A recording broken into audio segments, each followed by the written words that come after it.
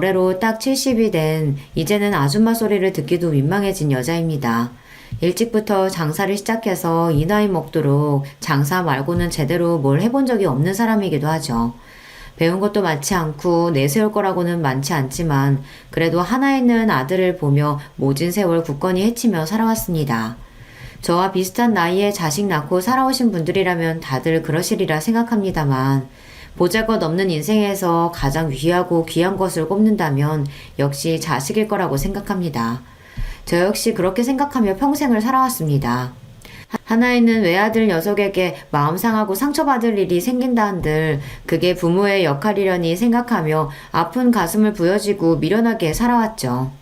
하지만 자식이라고 해서 모든 일이 다 용납되는 건 아니라는 걸, 부모라고 해서 마냥 아무런 대가 없이 내어주기만 해서 될 일이 아니라는 걸 이 나이 먹고서야 겨우 깨닫게 되었습니다. 다 필요 없다. 못난 어미 덕보고 고생 모르고 살아왔으면서 어미 하는 일이 보잘것없다고 일이 어미를 없인 여겨? 나 우습게 하는 놈 나는 없는 셈 치고 살 테니까 어디 너 바라던 대로 창피한 어미 없이 잘들 살아보거라. 어머니 제가 잘못했어요. 딱 한 번만 용서해 주시면 두 번 다시 실망시키는 일 없을 테니까 제발 한 번만 용서해 주세요. 기회는 차고 넘치도록 줬어.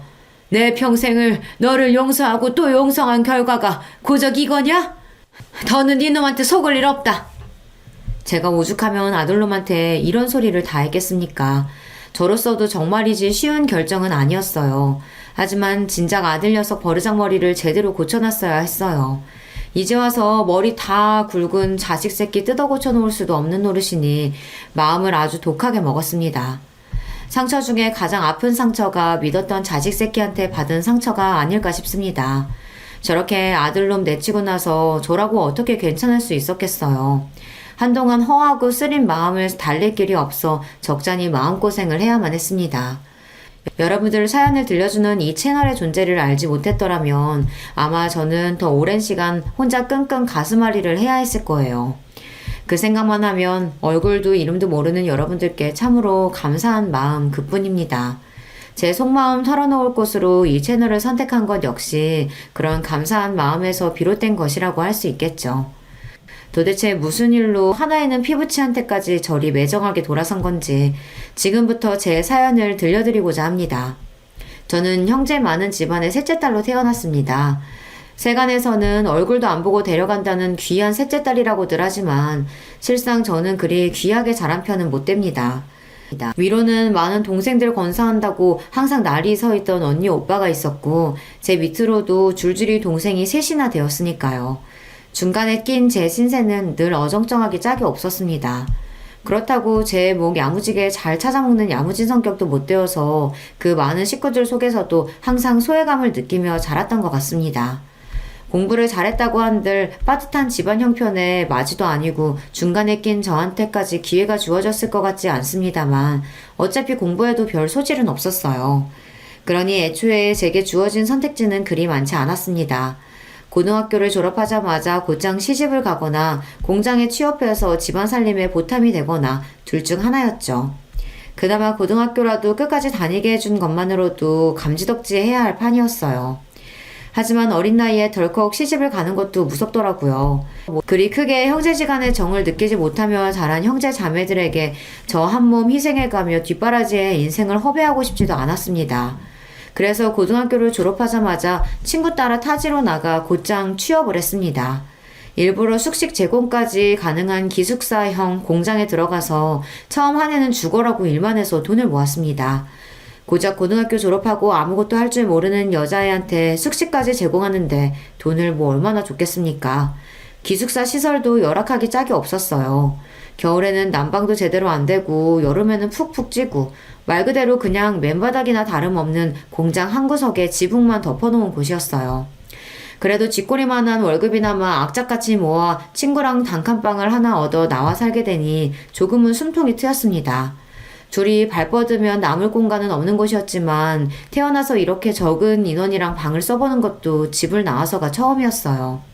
항상 형제들 몸에 켜켜이 쌓여 발디딜 틈도 없는 곳에서 잠을 잤으니 항상 제대로 자지 못해서 한낮에도 꾸벅꾸벅 졸기 일쑤였죠. 그럴 때마다 밤에 안 자고 뭐 했냐고 구박받기가 일쑤였고요. 비록 초라한 공간이었지만 어린 날 꿈을 꾸기에는 충분한 공간이었어요. 남편을 처음 만난 것도 바로 그 즈음이었습니다. 남편도 본가에서 나와 인근 공장에서 일을 하던 사람이었어요. 친구통에 처음 만난 자리에서 수더분하고 꾸밈 없는 차림에도 눈빛이 맑았던 게 인상이 남아있습니다. 그 사람도 저처럼 형제 많은 집안에서 넷째 아들로 자라나면서 부모 관심 제대로 못 받고 가난 속에서 항상 마음이 허기져 있던 사람이었습니다. 그 사람 얘기를 들을 때마다 꼭 제 마음속을 끄집어낸 것 같아 뜨끔할 때가 많았어요. 식구는 많았지만 정작 의지할 만한 사람은 아무도 없었다는 것조차 저와 그대로 닮아있던 사람이었습니다. 머지않아 그 사람과의 사이는 아주 가까워지게 되었죠. 인주씨나 저나 하늘 아래 마음 둘 것 없는 사람들끼리 지금이라도 서로 의지해서 살다 보면 그래도 자라면서 부족했던 것들 조금씩은 채워줄 수 있지 않겠어요? 다른 건 몰라도 절대 혼자 남겨졌다는 생각 들지 않도록 노력할 테니까 인주씨도 제게 그런 사람이 되어주셨으면 좋겠습니다. 투박한 청혼이었지만 그보다 더 진실한 말도 없다고 생각했습니다. 그때 이미 제 뱃속에 저희의 아들인 정우가 들어있었습니다. 없는 형편에 다른 사람 하듯이 결혼식은 언감생심 꿈도 꾸지 못했고 그나마 가진 옷 중 가장 깔끔한 옷을 입고 사진관에 가서 기념사진 한 장 박는 것으로 결혼식을 대신했습니다. 집 나온 이후 거의 을절하다시피 한 각자의 본가에는 구두로 결혼 소식만을 전했습니다. 다른 자식들 건사하느라 여전히 삶이 팍팍한 양가 부모님들이 저희를 따로 찾을 일은 그 후에도 없었습니다. 비록 반지하 단칸방에서 꾸린 신혼집이라고 하기에도 민망한 신혼살림이었습니다만 그럼에도 행복했습니다. 가진 것은 없어도 서로 줄 수 있는 가장 좋은 것을 서로에게 아끼지 않는 저희였어요. 마음이 오가는 것이 이리 따뜻한 일이라는 것도 남편 덕에 알게 되었어요. 나날이 부풀어 오르는 제 배 때문에 더는 공장 일을 나갈 수 없어 없는 살림이 더욱 빠듯해졌지만 부족하면 아끼고 모자라면 욕심 줄여가며 소박하게 지냈습니다. 그렇게 저희 두 사람이 서로 의지하며 신혼을 보내던 중 기다리던 아이가 태어났습니다. 바르게 커달라는 부모의 바람을 담아 정우라는 이름을 붙여주었어요. 아이가 뱃속에 있을 때도 그랬지만 아이가 태어나고 나니 느껴지는 책임감의 무게가 남달랐습니다. 저희 부부 모두 많은 형제들 사이에서 무관심 속에 방치되는 상처를 경험해보았기 때문에 처음부터 자식을 많이 낳고 싶은 생각은 없었습니다. 저희가 저희 능력에서 감당할 수 있을 만큼만 낳아서 줄 수 있는 사랑을 다 쏟고 싶었어요. 아직 가난하기 이를 데 없는 저희였기에 형편이 덮이지 않는 이상 정우는 저희의 유일한 자식이 될 터였습니다. 그만큼 더욱 소중한 아이였어요. 아직 저는 몸푼 지 얼마 되지 않아 일을 나가기는 무리였으니 남편이 제 몫만큼 더 힘을 낼 수밖에 없었어요. 제가 정우 낳고 느꼈던 책임감의 무게 이상으로 막중한 임무를 짊어진 남편이었습니다. 나는 절대로 우리 정우한테 내가 느꼈던 비참한 감정 느끼면서 자라게 만들지 않을 거야. 내 아버지가 그랬던 것처럼 낳아놨으니 할 일 다 했다는 듯이 자식 내팽개치지 않고 내 자식 늘 좋은 것 해주지는 못하더라도 하고 싶은 거 하고 사는데 망설이지 않도록 노력할 거야. 그걸 위해서라면 내 한 몸 부서지는 것도 아깝지 않아. 남편은 자신의 말을 증명이라도 하듯 예전보다도 일을 늘려 몸이 부서져라 열심히 노력했습니다. 원래도 타고나길 성실한 사람이었으나 아버지가 되었다는 책임감은 남편의 지친 몸을 다시금 일으키는 원동력이 되어주었어요. 저도 아직 채 돌아오지 않은 몸 상태와 아직은 24시간 옆을 지켜야 하는 갓난쟁이 아들을 돌보는 정신없는 와중에도 아름아름 부업거리를 물어다가 푼돈이나마 가게에 보탰습니다. 비록 남편은 아이 키우느라 살림하느라 정신없이 바쁜 와중 부업까지 하는 제 아내를 늘 안타까이 여겼지만 말이에요. 내가 부족해서 아직 몸조리도 제대로 못한 당신 이런 일까지 하게 만드네. 앞으로 고생 안 하게 해주겠다고 해놓고 도리어 더 고생시키는 것만 같아 미안해. 무슨 그런 말을 해요. 나도 하고 싶어서 하는 거야. 밖에서 하루 종일 제대로 앉을 틈도 없이 일하는 당신에 비하면 집에서 편하게 소일거리나 하는 내가 고생은 무슨 고생이야. 나 하나도 고생스러운 거 없으니까 미안하단 소리 하지 말아요. 남편은 안쓰럽게 바라보긴 했지만 그건 꼭 남편 미안해하지 말라고 한 소리만은 아니었어요. 어차피 친정에서 자랄 때도 어느 정도 제 몸 가눌 수 있게 자란 이후부터는 항상 할 일이 끊이질 않았고 그런 집에서 도망치듯 나와 공장 일을 할 때도 환경은 여전히 열악하기 짝이 없었으니까요. 부끄러운 마음에 제대로 표현해 본 적은 없지만 결혼해 남편과 아이와 함께 살고 있는 그 단칸방 신혼집이 제 생애 가장 안락한 공간이었습니다. 물론 아이 자라고 나서까지 지낼 수 있는 곳은 아니라고 생각하긴 했습니다만 제 주제에는 충분히 차고 넘치는 곳이라고 생각했어요. 아이 태어나고 남편이 밤낮 없이 추가 근무와 주말 근무를 가리지 않고 닥치는 대로 일한 덕분에 아이가 걸음마를 시작할 무렵에는 저희 부부도 드디어 반지하 생활을 벗어나 지상급으로 보금자리를 옮길 수 있게 되었습니다. 여전히 좁고 허름한 공간이긴 했지만 볕 들어오는 곳에 기대어 꾸벅꾸벅 조는 아이를 바라보는 마음은 행복한 감정으로 충만했습니다. 노력한 대로 결과가 돌아오는 보상받는 느낌이라는 게 얼마나 큰 성취감을 가져다 주는지도 새로이 배우게 되었죠. 저희 부부 둘이 열심히 노력하면 이렇게 조금이나마 살림도 나아지고 우리 부부 잘할 때와는 비교도 할 수 없을 정도로 정우에게는 더 나은 환경을 만들어줄 수 있을 거라고 생각하면 힘이 들어도 힘든 줄도 몰랐습니다. 집안에 하나둘씩 제대로 된 살림살이가 늘어가고 저렴한 것이긴 하지만 아이 물건도 점점 늘어나는 것이 기쁨이 되어주었죠. 아직 어려서 글자도 모르는 아이가 가장 좋아하는 장난감은 다름 아닌 그림책이었습니다. 말이 트이기 시작해서 뜻모를 말을 쫑알쫑알 끊임없이 떠들어대며 그림책을 열심히 감상하는 아이를 보는 저희 부부 눈이 즐거움으로 가득했어요. 엄마 아빠를 붙들고 고사리 같은 손가락으로 그림을 짚어가며 제 나름대로 침을 튀기며 열심히 설명하는 게 어찌나 우습고 귀여운지 살면서 지고 왔던 온갖 시름이 한순간에 다 날아가는 기분이었습니다. 공장 직원들 그 누구보다 열심히 일하며 곤란한 일도 마다하지 않던 남편의 노고를 인정받아서였는지 남편은 승진도 하게 되었습니다. 공장 생산직으로서는 이 젊은 나이에 승진이라니 흔치 않은 일이었습니다. 그간의 남편의 노력이 빛을 발한다는 생각이 들자 기쁨에 눈물이 났어요. 여보, 당신 정말 고생 많았어요. 우리 정우 낳고 얼마나 당신이 고생했는지 알아. 당신 같은 아빠가 또 어디 있겠어. 가끔은 내 자식인데도 당신 같은 아버지의 자식이라는 생각에 정우가 부러울 때가 있어. 당신 지금도 충분히 잘하고 있으니까 이제 마음의 짐 좀 내려놓고 우리 조금 편하게 지내요. 고생은 당신이 다 했지. 당신 같은 좋은 엄마한테 이런 칭찬도 다 듣고. 그래도 내가 지금까지 헛산 건 아닌가 보다. 앞으로 승진하고 조금이나마 월급도 올랐고 당신 말대로 이제는 숨통도 좀 튀어가면서 우리 정우 크는 것도 보고 주말에는 정우 데리고 나들이도 나가면서 우리도 다른 사람들 사는 것처럼 한번 살아보자. 고생 많았어 여보. 제 생에 그때가 가장 아름다운 시절이 아니었을까 싶어요. 그 이후로 제 인생에 여러 번 기쁜 순간들이 찾아오기는 했지만 그 조금은 부족했던 시절만큼 제 마음이 충만했던 시절은 없었던 것 같아요. 제 인생의 전성기를 꼽자면 남편과 함께했던 그 젊은 날을 주저없이 꼽을 수 있어요. 이대로만 계속 이어진다면 더 바랄 게 없을 것 같았습니다.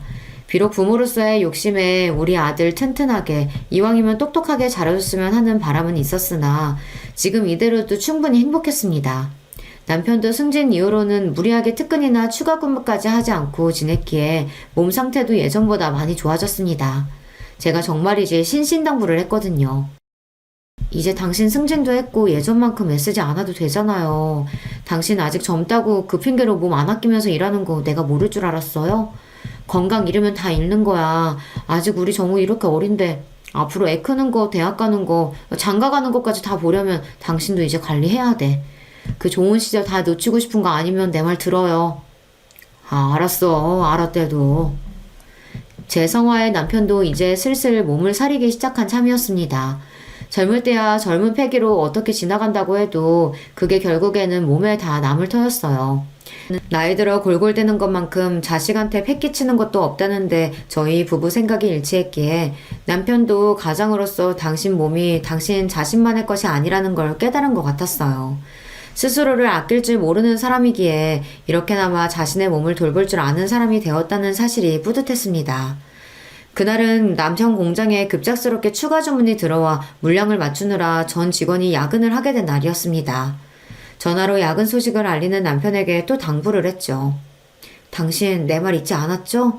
위험한 쪽으로는 얼씬도 하지 말고 저녁도 거르지 말고 몸이 재산이라는 거 꼭 기억하고. 아이고 알았습니다. 누구 말씀이라고 감히 거역하겠습니까? 마누님 말씀 잘 들어야지. 싱글거리며 웃으며 대꾸하는 남편 목소리가 듣기 좋았어요. 남편이 빨리 돌아왔으면 좋겠다고 생각하며 대충 저녁 끼니를 해결하고는 곤히 잠든 아이 머리를 살살 쓰다듬으며 남편이 귀가하기만을 기다렸습니다. 늦어도 자정쯤이면 돌아온다는 말에 잠들지 말고 기다리자 했는데 저도 하루 종일 살림에 육아에 또 남편 몰래 슬그머니 시작한 부업 마감 지킨다고 그날 제법 무리를 했던지라 저도 모르게 깜빡 잠이 들었습니다. 정적을 가르는 전화벨 소리에 화들짝 놀라 반사적으로 수화기를 집어들었습니다. 저도 저지만 아이가 깰까봐 한 행동이었어요. 이렇게 예상보다 잔업이 길어지면 저 먼저 자라고 남편이 꼭 전화를 해줬거든요. 당연히 남편 목소리가 들려올 줄 알았는데 전화를 건 사람은 남편이 아니었습니다. 재수씨, 지금 빨리 병원으로 오세요. 김주임 지금 병원에 실려가고 있어. 전화를 건 사람은 남편의 상사였습니다. 앞뒤 포차 다 떼고 다짜고짜 남편이 병원으로 실려가고 있다는 말에 이미 잠은 싹 달아난 뒤였습니다. 그게 대체 무슨 말이에요? 그 사람이 왜요? 어디를 얼마나 다쳤길래? 그게 공장에 사고가 나는 바람에 지금 이럴 시간 없어요. 일단 빨리 와요. 와서 설명할게. 영문도 모르고 남편이 다쳤다는 말에 저도 모르게 손이 벌벌 떨렸습니다. 그 와중에도 어린아이 혼자 두고 갈 수 없어 아이를 들쳐매고 뛰어나왔어요. 단잠을 자다가 갑자기 방해를 당한 정우가 찡얼거리며 투정을 했지만 아예 달랠 정신도 없었습니다. 간신히 정신을 차리고 늦은 시간에 잘 잡히지도 않는 택시를 겨우 잡아타고 인근 대학병원으로 향하는 내내 너무 긴장해서 손끝이 핏기가 싹 가셔 하얗게 얼어붙는 듯 했어요. 그렇게 영원히 끝나지 않을 것만 같은 초조한 시간이 지나고 병원 응급실에 도착했습니다. 들어가니 안은 아수라장이었습니다. 다친 게 남편 한 사람이 아닌 모양이었어요. 남편과 똑같은 공장 유니폼을 입고 피칠갑을 해서 고통에 몸부리치는 장정들의 비명소리가 마치 제 사지를 찢는 기분이었습니다. 이 응급실 어디에선가 내 남편도 저런 꼴이 되어 있을 거라고 생각하니 온몸에 경련이 이는 기분이었습니다. 뭘 알아서 그런 건 아니겠지만 아수라장 같은 응급실 상황에 아이도 적잖게 놀란 모양인지 빽빽 울어대기 시작했어요. 이후 제 남편을 발견한 순간 저는 그만 그 자리에서 까무러칠 뻔했습니다. 재수씨, 지금 이러고 있을 때가 아니야. 얼른 수술동에서 써야 한대. 당장 수술 안 들어가면 위험하다고. 내 남편이 왜 저래요? 왜 저렇게 됐어요? 온몸에 피칠갑이 된 남편은 이미 오른손 한쪽이 없었습니다.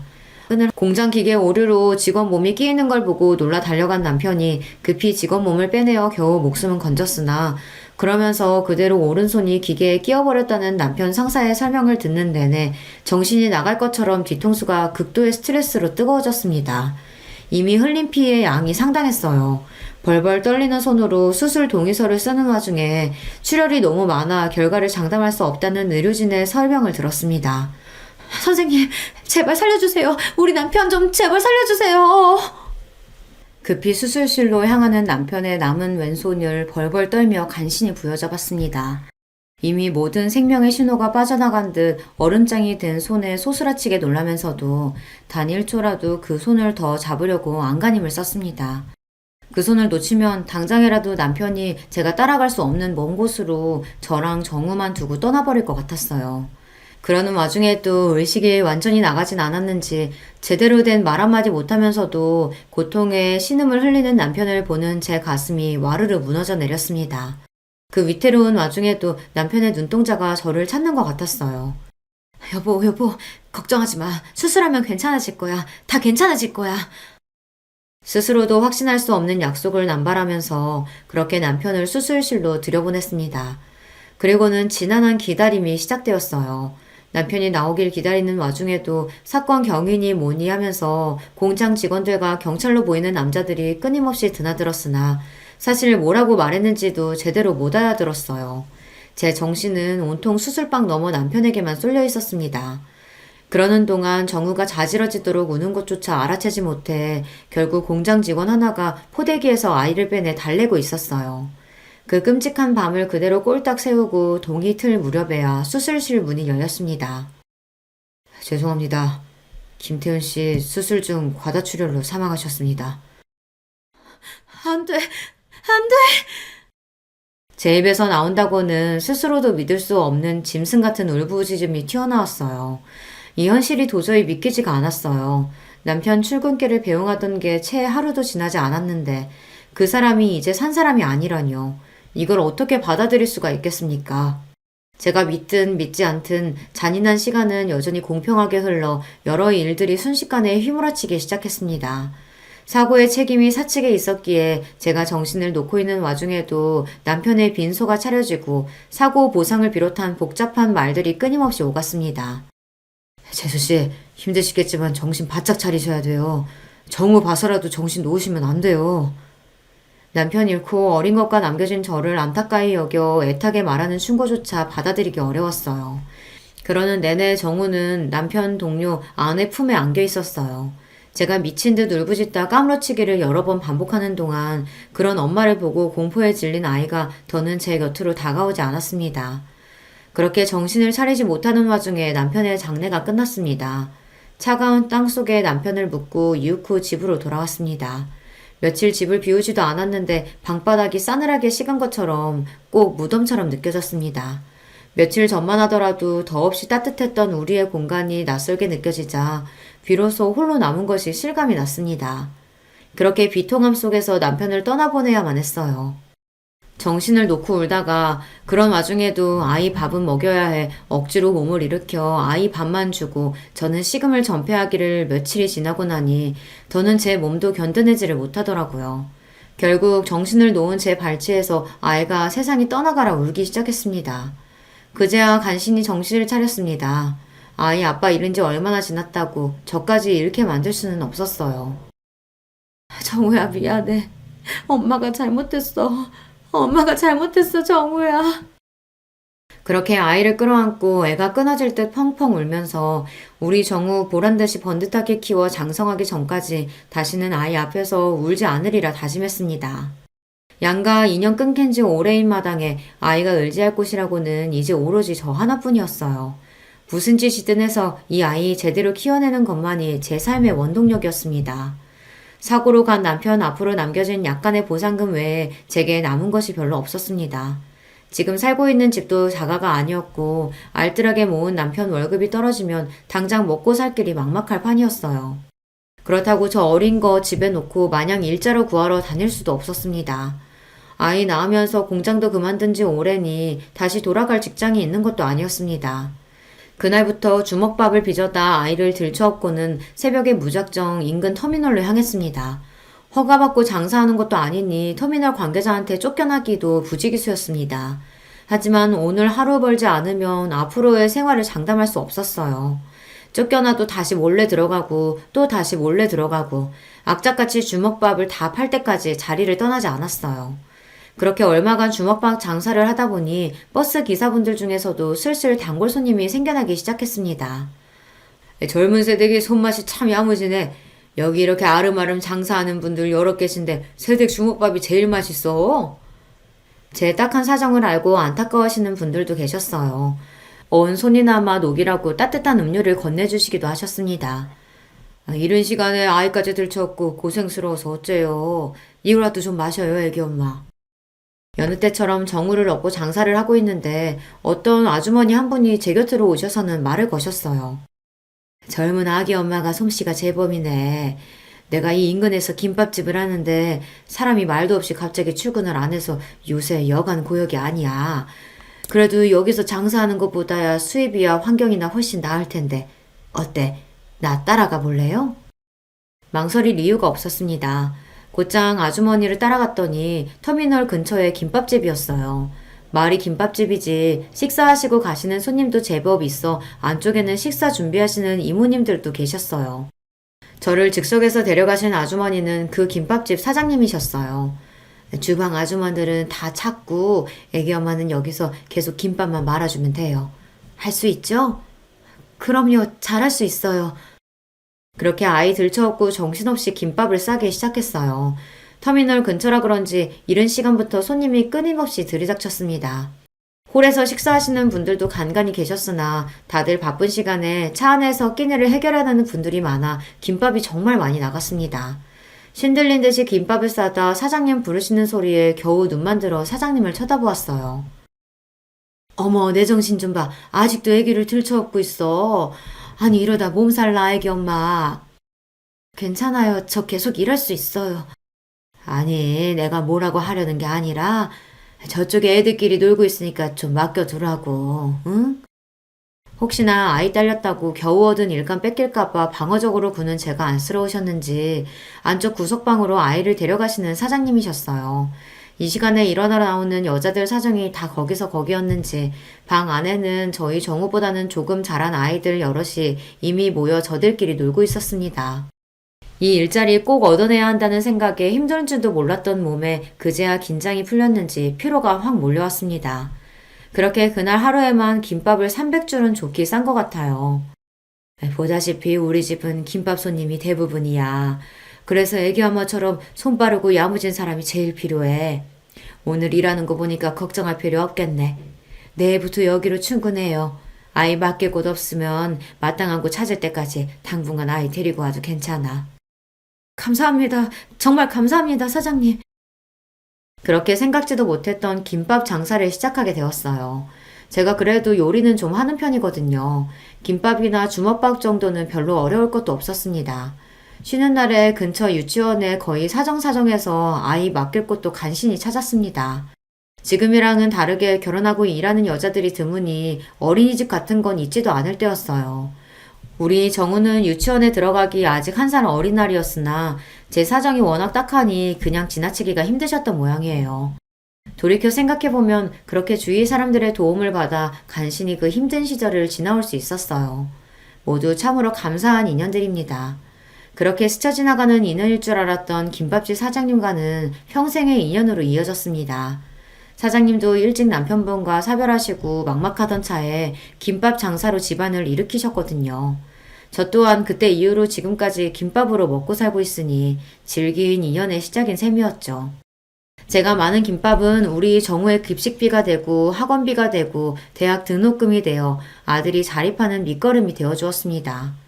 남들 보기에는 변변치 않은 일일지 모르겠으나 제게는 하나뿐인 아들 녀석 키워준 거나 다름없는 게 바로 김밥이에요. 비록 아이는 자라면서 김밥이라면 아주 지긋지긋하다는 눈을 하고는 했지만 어쩌겠습니까? 아무리 싫어도 제 자식으로 사는 이상 김밥 팔면 번 돈으로 큰 건 부정할 수 없는 사실이니까요. 아이는 공부를 아주 잘했어요. 저처럼 남편 역시 집안 지원이라고는 일체 받을 수 없어 공부를 오래 하진 못했으나 그 사람이 머리는 좋은 편이었거든요. 다행히 내가 아니라 아빠 머리를 물려받은 모양인지 싶어 안도감과 동시에 가슴 한구석이 아릿해졌습니다. 아이에게서 남편의 흔적을 발견할 때마다 그랬어요. 다른 점이 있다면 아무리 몸이 힘들어도 제 앞에서 험한 말 한 번 한 적 없이 늘 다정한 말을 전했던 것과는 달리 아들 녀석은 성격이 제법 날카로운 편이었습니다. 특히나 자존심이 아주 세서 또래 친구들 보기에 창피할 만한 일에는 아주 질색을 했습니다. 김밥 하는 엄마의 존재야말로 그 녀석 기준으로는 절대 친구들에게 보이기 싫은 창피한 것이었던 모양이에요. 쉬는 날 친구들 한번 데려오라는 말에도 절대 응한 적이 없는 아들이었으니까요. 아, 왜 자꾸 친구들 데려오라 그래? 밖에서 놀면 되는데. 그게 아니라 네 친구들 제대로 본 적이 없으니까 궁금하기도 하고 맛있는 것도 해주고 싶어서 그러지. 맨날 김밥집에서 그러고 있으니까 내가 누구랑 어울리는 줄도 모르지? 너무 그러지 마, 아들. 그래도 엄마가 김밥만은 재주나마 있어서 우리 아들 갖고 싶은 거 하고 싶은 거 시켜줄 수 있는 거야. 아, 됐어. 사춘기가 심해질수록 김밥이라면 치를 떠는 아들이었습니다. 어릴 때는 그래도 엄마가 싼 김밥 입에 넣어주면 곧잘 받아먹던 녀석이 언제부턴가는 김밥에는 입도 대질 않더라고요. 다른 사람이 김밥집에서 일하는 저를 무시하는 데에는 조금의 부끄러움도 없이 당당하던 제가 아들 녀석 태도에만큼은 그럴 수가 없더라고요. 제가 가장 소중한 이가 저를 부끄럽게 여긴다는 게 저로서도 너무 창피한 일이었으니까요. 상처받지 않았다고 하면 거짓말일 겁니다. 김밥 싸는 게 뭐가 부끄러운 일이라고 저렇게까지 기겁을 하나 싶으면서도 남편 없이 아들을 키우는 홀어머니로서의 자격지심인 건지 해준 것보다 못 해준 것들이 더 가슴에 남아 아들에게 쓴소리 한번 하기가 쉽지가 않더라고요. 그때 마음을 굳게 먹고 아들놈 버릇을 잡았더라면 결과가 좀 달라졌을까요? 비록 내 새끼는 어미 하는 일을 부끄럽게 여기지만 정작 같이 일하는 사람들한테는 제법 인정을 받았습니다. 내가 살면서 먹은 김밥 연결하면 한반도 한 바퀴는 우습게 둘러쌀 텐데 그런데도 자기보다 김밥 맛있게 싸는 사람은 본 적이 없어. 사장님도 참 사람 민망하게 또 그러신다. 어머, 얘는 내가 없는 소리 하는 줄 아나 봐. 진짜라니까? 제 가게 독립을 도와주신 것 역시 사장님이셨어요. 저야 뭐 김밥이나 말 줄 알았지 상권이니 가게 등록이니 하는 건 문외한이나 다름없었습니다. 사장님 안 계셨으면 내 가게 장만은 언감생심 꿈도 못 꿀 일이었어요. 첫 만남부터 지금까지 그분께는 그저 감사하고 또 감사할 따름입니다. 가게 규모는 작았으나 사장님이 특별히 찍어주신 목 좋은 곳에 자리를 잡아 그런지 제 김밥집은 금세 손님들 입소문에 탔습니다. 독립하면서 그동안 구상했던 새로운 김밥 메뉴들도 함께 팔기 시작했거든요. 지금이야 이것저것 재료가 풍부하게 들어간 프리미엄 김밥들이 일반화되었지만 저 가게 시작할 때만 하더라도 김밥은 흔히들 생각하는 기본 김밥이 전부였어요. 거기에 묵은지를 넣은 김밥이나 쌈밥 비슷한 김밥 메뉴를 내서 팔기 시작하니까 인근 여학교 학생들 반응이 아주 좋더라고요. 태어나서 먹어본 김밥 중에 이모김밥이 제일 맛있어요. 어떻게 이런 김밥을 싸실 생각을 다 하셨어요? 신기해요, 진짜. 그래? 맛있어? 우리 딸내미들 많이 먹어. 정작 제 아들한테서도 인정받지 못하는 제 김밥을 추켜 세워주는 학생들 덕에 힘이 나서 더 신나게 장사를 할 수 있었답니다. 그 친구들이야말로 제 김밥집 2호점, 3호점을 탄생시킨 1등 공신들이에요. 지금도 그 시절을 떠올리면 신명나게 김밥을 말던 제가 떠올라 웃음이 나오곤 해요. 김밥 싫어하는 것과는 별개로 공부 욕심도 많고 그만큼 공부를 잘하기도 했던 아들은 제 할 일은 알아서 잘 찾아서 했어요. 일찍부터 법조인으로서의 꿈을 키우던 아들은 재수 끝에 인근 국립대 법대에 합격했고 곧장 변호사 시험을 준비했습니다. 아들, 판사나 검사는 생각 없고 변호사만 하고 싶어? 변호사 돼야 돈을 잘 벌지. 제가 보기에도 아들은 법조인으로서의 사명감보다는 돈 많이 버는 직업 중 가장 번듯해 보이는 직업을 택한 것 같았어요. 그렇다고 의사가 되기에는 심약한 구석이 있는 아이였어요. 징그럽다고 내장 음식도 안 먹는 녀석이었습니다. 엄마 고생하는 것에 비해서는 제법 곱게 자란 편이었죠. 지금 생각해보면 녀석이 그리 곱게 자랄 수 있었던 것도 다 내 덕인데 항상 아들 앞에서는 왜 그렇게까지 주눅이 들어 살았나 몰라요. 제 아버지 그리 일찍 보낸 게 제 잘못도 아닌데 말입니다. 사법고시 준비하면서 안 그래도 예민했던 아들 녀석 신경이 더욱 날카로워졌습니다. 벌써 동기 중에 합격자가 나왔다는 소리를 들으니 어지간히 애 같았던 모양이에요. 아들, 너무 스트레스 받지 마. 아직 엄마 돈 벌고 있고 네 뒷바라지 하는데 무리 없으니까. 응? 떨어지라고 무슨 고사지네? 하루라도 빨리 아들 합격하길 바라야지. 그게 무슨 소리야. 시험에 대한 부담감을 내려놓으라고 한 말에 발끈하는 아들한테 서운한 마음이었으나 저도 오죽하면 그럴까 싶어 서운함을 애써 꾹꾹 눌렀습니다. 그렇게 쌓인 감정이 저도 모르게 저를 좀먹는 줄도 모르고 그때는 그저 자식을 위해 인내하는 게 능사라고 여겼습니다. 자식이 엇나갈 때 바로잡아주는 것 역시 부모의 역할이라는 걸 너무 늦게 깨달았어요. 그래서 아들이 드디어 바라던 변호사가 되었던 날은 기쁨도 기쁨이었지만 안도감을 더 크게 느꼈던 것 같습니다. 이제 저도 숨통 좀 트였으니 녀석 눈치 볼 일이 좀 줄어들지 않을까 싶었던 것 같아요. 참 아들 눈치를 어지간히도 봤네요. 변호사가 되자마자 아들은 아주 바쁘게 지냈습니다. 어디 취직을 한 게 아니라 하도 성화를 부려서 변호사 사무실 개업을 해줘서 아직 그리 바쁠 때는 아니라고 생각했는데 알고 보니 주말마다 선을 보느라 바쁜 아들이었어요. 변호사 된 지 채 1년도 되지 않아 며느리 될 아이라고 데려온 아이는 피아노과를 졸업한 유복한 집안 따님이었습니다. 사업하는 집안 외동딸이라고 하더라고요. 말이 결혼이지 아들 본인이 대릴 사이를 자처한 거나 다름없는 결혼이었어요.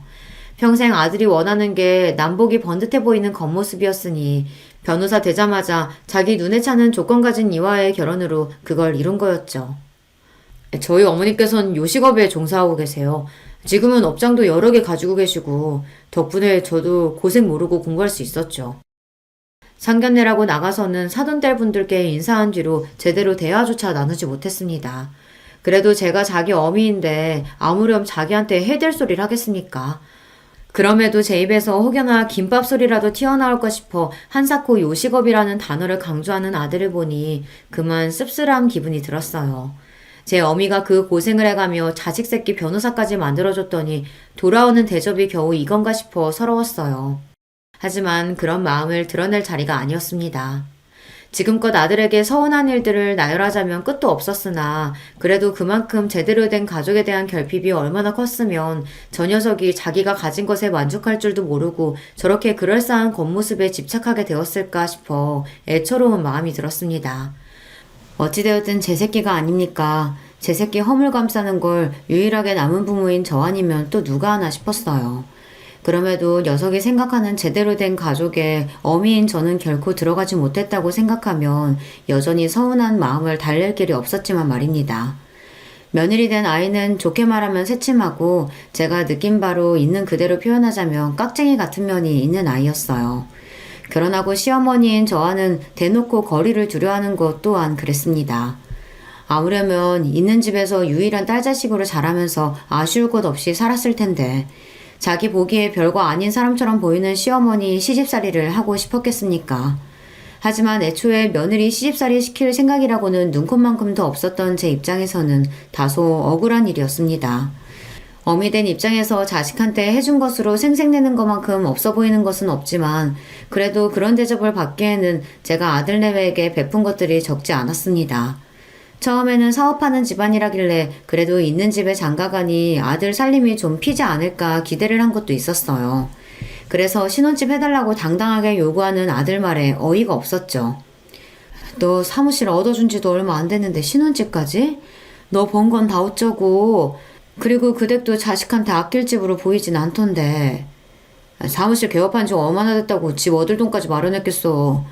그러면 그 집에다 신혼집 해달라고 할 셈이었어? 채령이 귀한 댁에서 모셔오는 판에 어부와도 부족한데 그럼 거기다 신혼집까지 해달라고 하라고? 그게 무슨 경우야. 그러는 너는 나한테 무슨 빚을 졌다고 집 해달라는 말을 과자 사달라는 말처럼 하는 건가 잠깐 기가 찼습니다. 제 놈이 저한테 하는 말은 그럼 무슨 경우란 말입니까? 아들 결혼을 준비하면서 마음 다칠 일이 적지 않았던 터라 저도 이제 마냥 예전처럼 억누르기만 하기가 힘들더라고요. 그런 제 마음은 제 마음이고 그렇다고 결혼 얼마 남지도 않았는데 아들 부부를 길바닥에서 자게 할 수도 없고 결국 제가 한 번 더 져주고 말았습니다. 그러면서 며느리에게 감사 인사 한 번을 제대로 들은 적이 없는데 생색낼 생각은 없지만 그렇다고 대놓고 집까지 해준 시어머니 배척하는 건 너무 얌체 같잖아요. 받을 건 다 받아놓고 볼일 다 봤다고 입 싹 닦는 거 아닙니까? 며느리에 대한 인상이 좋을래야 좋을 수가 없었어요. 그리고 그런 며느리의 행동을 용인한 게 바로 아들놈이었습니다. 남의 자식 욕할 게 하나 없었다는 뜻이죠. 그러고 보니 아들 장가를 보냈는데도 며느리를 볼 일은 소원하기만 했습니다. 저도 저 달가워하지 않는 사람 굳이 억지로 얼굴 본 마음은 없었어요. 그러다 보니 서로 직접 연락할 일도 없었습니다. 뒤늦게 며느리 생일이 지난 걸 알게 된 것도 그래서였어요. 아이들 결혼시킬 때 생년월일을 받아놓긴 했는데 워낙 연락할 일이 뜸하다 보니 저도 장사하랴 바쁜 와중에 그걸 일일이 기억하지를 못한 거죠. 뒤늦게 며느리 생일이 지났다는 걸 알고 조금 부끄러워졌습니다. 그래도 제가 그보다 살아도 갑절을 더 살았는데 아직 철없는 것들과 똑같이 군 거잖아요. 어른이 되어서 이래가지고는 안 되겠다 싶었어요. 한참을 망설이다가 처음으로 아들 통하지 않고 며느리에게 전화를 걸었습니다. 네, 어머니, 어쩐 일이세요? 한참 만에 전화를 받은 며느리 목소리가 떨떠름했습니다. 반가운 사람 전화가 아니니 그렇겠지만 며느리 목소리를 들으니 괜히 더 위축이 되는 것 같더라고요. 애써 용기를 내서 말했습니다. 채령이 너 얼마 전에 생일이었더구나. 그래도 결혼하고 며느리 첫 생일인데 어른이 돼서 제대로 챙겨주지도 못하고 내가 미안하다. 아니에요, 어머니. 저 생일 잘 보냈어요. 그래도 내가 너 생일상 한 끼는 먹이고 싶었는데 아무래도 집으로 오라고 하면 부담스럽지? 전 그러면 언제 시간 날 때 너 편할 때 가게라도 한번 다녀와. 너 먹고 싶은 거 해줄게. 평생 한 일이라 김밥은 눈 감고도 마니까 김밥도 좀 싸가고. 우리 집 김밥 맛있어. 네, 그럴게요. 그렇게 어색하고 대면대면하게 통화를 마쳤습니다. 전화를 끊고서 저도 모르게 휴 숨을 내쉬었어요. 며느리랑 통화 한번 하는 게 이렇게 긴장되는 일인 줄 몰랐어요. 처음부터 좋은 감정으로 시작하진 않았지만 이렇게 내가 한 걸음 다가가면 그래도 불편하고 꺼려지는 사람으로 남지는 않겠지 애써 스스로를 다독였습니다. 아들로부터 전화가 걸려온 건 며느리와 통화한 지 채 30분도 지나지 않을 때였어요.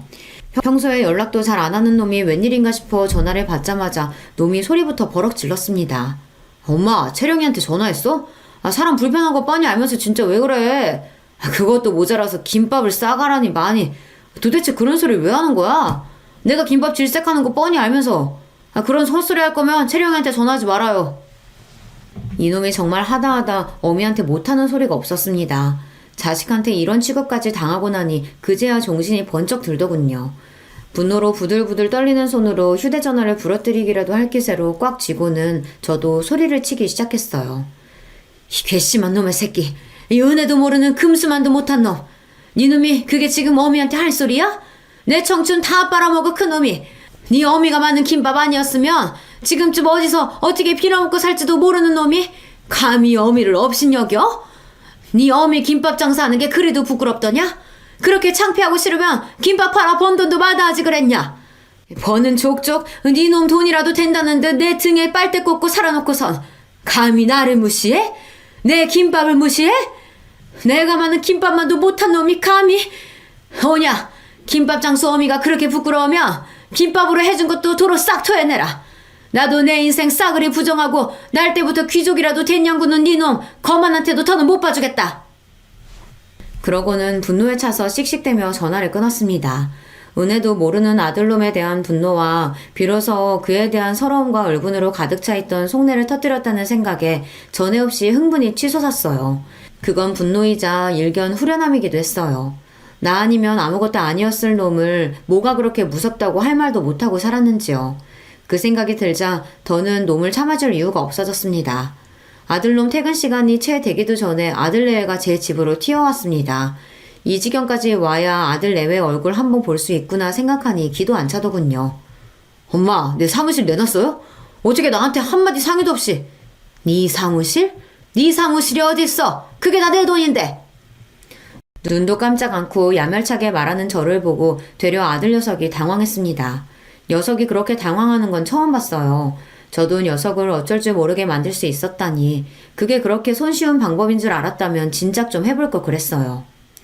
아직 너희 신혼집 내놨다는 소리는 못 들은 모양이구나. 사무실 얘기만 하는 걸 보니. 내가 내 재산 내 마음대로 하겠다는데 너랑 상의가 왜 필요해? 너는 나한테 뭐 하나 의논하고 결정했니? 그래서 나더러 신혼집 해달라며 일방적으로 통보했어? 강도도 그렇게는 안 할 거다. 어미 무시할 거면 일관되게 무시만 하던가 지갑 취급하며 그동안 잘도 빼먹고 편하게 살았지? 김밥 말아 파는 어미 부끄러워하는 자식 새끼 나도 필요 없다. 꼴 보기 싫으니까 잔말 말고 둘 다 내 집에서 나가. 전에 없이 매몰차게 자기를 내치는 제 모습이 차마 믿기지 않았는지 벌린 입을 다물 줄 모르는 아들이었습니다. 녀석보다 조금 더 빨리 상황을 파악한 며느리가 제 앞에 납작 엎드렸습니다. 어머님, 제가 정말 죄송해요. 그동안 제가 많이 서운하게 해드렸죠? 제가 생각이 모자라서 어머님 마음을 미처 헤아리지 못했어요. 잘못했어요. 화 푸세요. 네 탓할 생각 없다. 내 자식 눈꼴이 저 모양인데 남의 자식한테 입댈 생각 없어. 다만 내 재산 내가 알아서 하겠다는 것뿐이니 나한테 이리 빌어봤자 소용없다. 제 아내까지 내치는 꼴을 보고서야 사태의 심각성을 깨달았는지 아들놈이 제 다리에 매달렸습니다. 엄마, 제가 엄마가 부끄러워서 그런 게 아니라. 아니긴 뭐가 아니야. 세상에 내 존재 가장 작게 만드는 게 바로 네 놈이야. 네 놈 제대로 키워보겠다고 시작한 일을 가장 초라한 일로 만드는 게 바로 네 놈이라고. 내가 뭐 한다고 너 같은 놈 키워낸다고 그 고생을 했는지 모르겠다. 고마워할 줄도 모르는 너 같은 놈 때문에. 엄마, 진정 좀 하시고 제발. 진정은 네가 해야지. 이제 부끄러운 어미 없이 네 놈 혼자 헤쳐나갈 세상살이가 결코 녹록지 않을 텐데 그래야 하지 않겠어? 그간 내 그늘 아래서 세상 무서운 줄 모르고 곱게만 자랐지. 그게 결국은 널 위한 게 아니었는데 지금이라도 잘못된 건 바로 잡는 게 맞겠다. 그래도 내 덕에 돈 걱정 없이 법 공부했으니 너도 억울해할 것도 없다. 이제 각자 인생 각자 살자꾸나. 엄마, 잘못했어요. 잘못은 무슨. 돈 아니면 네가 내 앞에서 무릎 꿇을 일이 있겠어? 속 훤히 들여다보이는지 그만하고 이만들 돌아가. 그렇게 아들 내외를 제 집에서 내쳐버렸습니다. 손이 벌벌 떨리기는 했지만 막상 해보니 못할 일도 아니다 싶더라고요. 비록 아무도 남지 않은 집에 남은 건 지난 제 세월에 대한 허무함과 서름뿐이지만 말입니다. 순간 남편이 떠올랐습니다. 저 녀석 하나 제대로 키우겠다고 그 사람과 마음속으로 약속을 했는데 제 몫을 다하지 못한 것 같아 그 사람에게 송구스러웠어요. 아들 변호사 사무실과 신혼집은 결국 빼버렸습니다. 제 나름대로 마음속 응어리를 털어냈더니 생각보다 수월하게 모든 일을 정리할 수 있었어요. 그러는 동안에도 아들 내외가 집 앞에 찾아와 울고불고 때를 쓰고 난리도 아니었으나 한 번도 문을 열어주지 않았어요. 녀석은 그렇게라도 벌을 받아야만 했습니다. 저도 허탈한 마음 다잡는데 시간을 제법 쏟아야 했지만 요즘에는 은인이신 식당 사장님과 지인들과 함께 어울려 놀러도 다니면서 전에 없이 여유롭게 지내고 있습니다. 아들놈에게 정신 매이지 않고 살아보기도 이번이 처음이네요. 생각보다는 할만하다 싶습니다. 그래도 자식놈인데 평생 외면할 수야 없겠지만 녀석이 세상의 쓴맛을 제대로 보는 동안에는 일체의 도움을 주지 않을 생각이에요. 이제야 녀석에게 제대로 어미 노릇을 하는 것 같다는 생각도 듭니다. 늙은이의 별 볼 일 없는 이야기는 여기까지예요. 여러분은 이 어리석은 늙은이와 같은 과오는 저지르지 마셨으면 해요. 긴 이야기 들어주셔서 감사합니다. 안녕하세요. 저는 이제 곧 있으면 8순이 되는 할머니입니다. 요즘 같은 세상에 아직 제 나이면 한창이라고 하긴 하더라만 그래도 할머니는 할머니죠. 일평생 제 이야기를 남에게 해본 적이 없었는데 오늘은 제 이야기를 좀 해볼까 합니다. 여러분들에게 다 털어놓고 나면 제 속이 좀 시원해지고 기분도 괜찮아질까 싶어서요. 저는 가난한 집 막내딸로 태어났습니다. 위로는 오빠가 둘 있었는데 우리 시절에 그랬듯 여자는 늘 뒷전이었어요. 기억도 안 나는 어린 시절부터 어머니를 도와 집안일을 했었어야 했고 국민학교도 겨우 졸업했습니다. 아버지가 계집애가 공부를 해서 어디다 쓰냐면서 엄청 구박을 하셨거든요. 오빠들이 교복을 입고 학교에 가는 모습이 그렇게 부러웠어요. 그래도 막내라고 학교에서 빵 같은 걸 받아오면 저를 먼저 챙겨주곤 했습니다. 그 오빠들이 이제 다 세상을 떠나고 없네요. 넉넉하지 않은 형편이었기 때문에 저는 13, 일찌감치 공장에 취직을 했어요. 하루 종일 미신기 앞에 앉아서 노동을 했습니다. 그리고 버는 돈은 족족 집으로 다 가져다 줬어요. 오빠들 학비에 보태야 했기 때문입니다. 아버지의 구박을 받으면서 자라긴 했지만 어머니나 오빠들이 잘해줬기 때문에 위로가 되었습니다. 오빠들이 학교를 졸업하고 나서는 야간 학교라도 다니라고 돈도 쥐어줬었으니까요. 제 덕에 학교 졸업했다고 말이죠. 그렇게 여공으로 몇 년의 세월을 보내며 야간 학교를 졸업했습니다. 그리고 어느 작은 회사에 취직을 했어요. 건설회사에서 잡무나 심부름하는 일이었지만 그 당시에는 공장을 벗어난 것만으로도 행복했습니다. 남편은 그때 만난 사람이에요. 제 나이 22살, 남편은 26이었어요. 양쪽 부모님은 궁합도 안 보는 나이 차이라며 호들갑을 떨어대셨어요. 남편 집에서는 당시에는 어린 나이가 아니었던 남편을 빨리 보내고 싶어하는 마음이었고 저희 집은 딸아이 빨리 치워버리자는 마음이었겠죠. 특히 아버지 말입니다. 저희는 그렇게 결혼했어요. 그 당시에는 흔치 않은 연애 결혼이었습니다. 저도 저에 대해 적극적으로 애정 표현을 해오는 남편이 싫지는 않았거든요. 나를 좋아해주는 사람에게 시집가야 한다는 어머니의 말씀을 정말 귀에 인이 박히도록 들어왔던지라 더 남편과 결혼해야겠다는 생각했는지도 모릅니다. 순조로웠던 결혼까지의 과정과는 달리 결혼하고 나서는 고달픈 일들이 많았어요. 일단 시집살이가 엄청났습니다. 시어머니는 보통 유별난 분이 아니셨거든요. 특히 아들에 엄청 집착하셨는데 제가 결혼하고 1년 넘게 임신이 되지 않자 정말 유난을 부리셨어요. 지금 같으면 뭐 1년 가지고 23 어린 여자에게 뭔 문제가 있어서 좀 기다려보자 하겠지만 그때는 또 시대가 시대였지 않습니까? 밤낮으로 어머님을 따라 전국에 아들 낳는다는 명소라는 명소는 다 가서 기도를 드리고 옆집에 아들만 셋 낳았다는 여자의 속옷을 비싼 값에 사와서 입고 다니기도 하고 좋다는 약이란 약은 다 먹었어요. 하지만 아이가 쉽사리 들어서지 않았습니다. 그 덕에 구박이란 구박은 다 받았어요. 년년 소리를 들으며 온갖 집안일을 다 해야 했고 어디 가서 사람 취급 못 받는 건 예사였습니다. 지금이야 임신이 안 되면 남자 쪽에도 문제가 있을 수도 있으니 같이 검사를 하자고 하지만 그때는 뭐 그런 게 있을 때인가요? 그냥 며느리가 죽을 죄를 지은 죄인인 거죠. 그래서 정말 매일 밤을 울었어요. 내가 정말 어디 문제가 있나? 나는 애도 못 낳는 여자인가 하면서 말입니다. 남편은 아버지와 달리 다정한 사람이긴 했지만 그만큼 효자이기도 했어요. 그래서 매일 밤 저를 달래주면서도 자신의 어머니의 말이라면 다 들었습니다. 그래서 시어머님이 더 저를 대놓고 미워라 하셨겠죠. 그 부분은 아직도 생각하며 가끔 미워요. 그때 내 편을 제대로 좀 들어주지 하는 생각도 들고 말이죠. 하지만 다 너무 옛날 이야기네요. 결혼하고 5년 만에 첫째 아이가 들어섰습니다. 제 나이 27이었어요. 온 집안이 그야말로 경사였습니다. 그날 이후로 시어머님은 절에 들어가셨어요.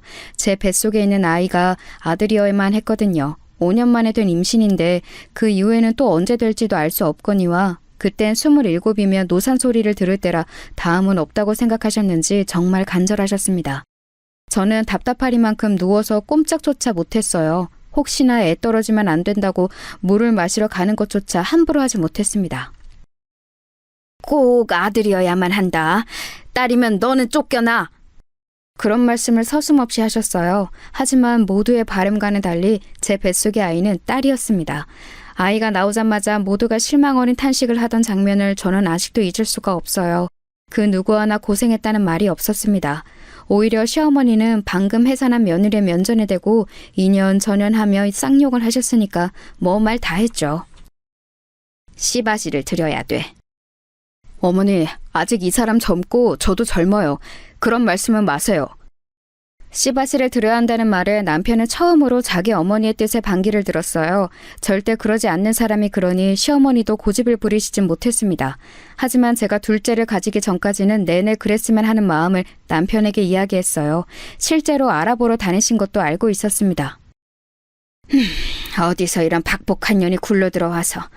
내가 그때 그냥 좋다고 며느리를 드린 게 실수지, 실수야. 어디 가서 물어보면 너 보고 다 아들 복은 뒤지게 없다고들 한다. 어? 아이고 내 팔자야. 우리 집안의 대가 여기서 끊어지겠어. 전년 하나 때문에. 매일매일 그런 소리를 듣고 살았어요. 정말 매일매일이요. 나중에는 욕을 안 듣는 날이 이상한 느낌이 들 정도였습니다. 임신이네요. 축하드려요. 몸이 이상해서 가본 병원에서 둘째를 가졌다는 말을 들었을 때 정말 눈물이 났어요. 그래서 집으로 돌아가는 내내 대성통곡을 했습니다. 그러고 얼굴이 퉁퉁 부은 채로 집에 들어갔더니 시어머니가 무슨 큰 병에 걸렸냐며 대낮부터 여자가 불성사납게 길거리에서 울고 다닌다며 또 욕이란 욕은 다 하시더군요. 어머니, 저 임신이래요. 뭐요? 진짜요? 네. 아이고 부처님 천지시면이 감사합니다. 아이고. 그날부터 다시 어머님의 기도가 시작됐습니다. 그전과 다른 게 있었다면 가시던 그 절에 저도 함께 들어가 있었어야 했다는 거예요. 산달이 될 때까지는 이 안에서 꼼짝도 말거라. 부정 탄다고 절대 그러면 안 된다 했다. 몰래 나갔다가 나한테 들키면 너 죽고 나 죽는 거니까 그런 줄 알아라. 저는 정말 산 아래로 한 발짝도 내려오지 못한 채 8개월을 가까이를 산속 그 절에서 생활했어요. 불편한 것도 많고 너무 힘들었지만 그래도 아들을 낳아야 한다는 일념 하나로 이겨냈습니다. 남편도 멀쩡한 부인과 반년이 넘는 시간 동안 생리배를 해야 했고요. 내가 당신한테는 정말 많이 미안해. 그래도 남편은 참 다정한 사람이라 참고 살았던 것 같아요. 지금 생각해보면 말입니다. 그렇게 저는 아들을 낳았습니다. 아들을 낳던 날 온 집안에 어머니의 비명 같은 울음소리가 울려 퍼졌습니다. 그리고 결혼하고 처음으로 들었어요. 수고했다. 수고했다는 말입니다. 그 말 한마디 듣자고 7년이 넘는 세월을 그렇게 마음고생 몸고생한 거 생각하니 허무하더라고요. 대체 아들이 뭐라고 말이죠. 하지만 저도 어쩔 수 없는 옛날 사람인지라 딸아이보다는 아들내미가 이쁘긴 하더군요. 그래서는 안 되는데 말입니다. 엄마는 왜 정수만 이뻐해? 엄마가 언제 정수만 이뻐했어. 정희도 예뻐해. 거짓말. 엄마가 맨날 간식도 정수 하나 더 주는 거 내가 모를 줄 알아? 어린 시절 딸아이가 했던 말이 다 늙은 지금도 가슴에 콱 박혀 있어요. 저도 좋은 엄마는 아니었나 봅니다. 그렇게 저는 제 할 몫은 다 했어요. 그렇게 원하고 바라시던 아들도 낳아드렸고 어머님이 돌아가실 때까지 모시고 살았으니 말입니다. 돌아가시기 전에 유언처럼 그러시더군요. 너같이 착하고 잘하는 며느리는 또 없더라. 미안했다. 물론 그 한마디로 모든 것들이 씻기듯 없어진 건 아니었지만 그래도 지난날 제 세월이 아주 헛된 건 아니구나 싶어 눈물이 났습니다. 어머님이 돌아가시고 사람들은 며느리가 시어머니를 참 많이 좋아했나 보다 했지만 제 눈물은 사실 그 안에 대한 눈물이었어요. 당신 정말 고생 많았어. 일평생 효자였던 남편만이 그래도 제 마음을 어느 정도는 알아주더군요. 그거마저 없었으면 진작 짐을 몇 번이고 쌌겠죠. 아들내미는 정이 많은 타입은 아니긴 했어요. 하나 있는 아들 잘 키워야 한다며 어머니가 싸고 돌면서 하고 싶다는 거 다 시켜주고 다 사주고 그렇게 키우는 바람에 버릇이 좀 없기도 했고 말이죠. 그래도 공부는 곧잘 해서 학교도 좋은 학교를 갔어요. 그게 또 어머님의 엄청난 자랑거리셨죠. 만나는 사람마다 손자 학교 자랑을 하셨으니까 말입니다.